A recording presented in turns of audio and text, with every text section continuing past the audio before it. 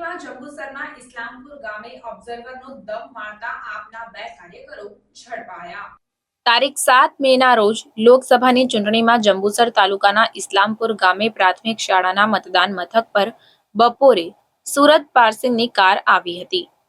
તેમાં આવેલ 2 અજાણ્યા શખ્સોએ મતદાન મથક પર ફરજ બજાવતા પોલીસ કોન્સ્ટેબલ દીપકભાઈને જણાવ્યું કે અમે લોકસભાની ચૂંટણીના ઓબ્ઝર્વર છે અને તમે મતદારોના આઈડી પ્રૂફ કેમ ચેક કરતા નથી તેમ કહી રોફ જમાવતા હોય ત્યારે પોલીસ કોન્સ્ટેબલ દીપકભાઈએ બંને ઇસમો પાસે આઈ કાર્ડ માંગતા તેઓ બૂથ પરથી જતા રહ્યા હતા।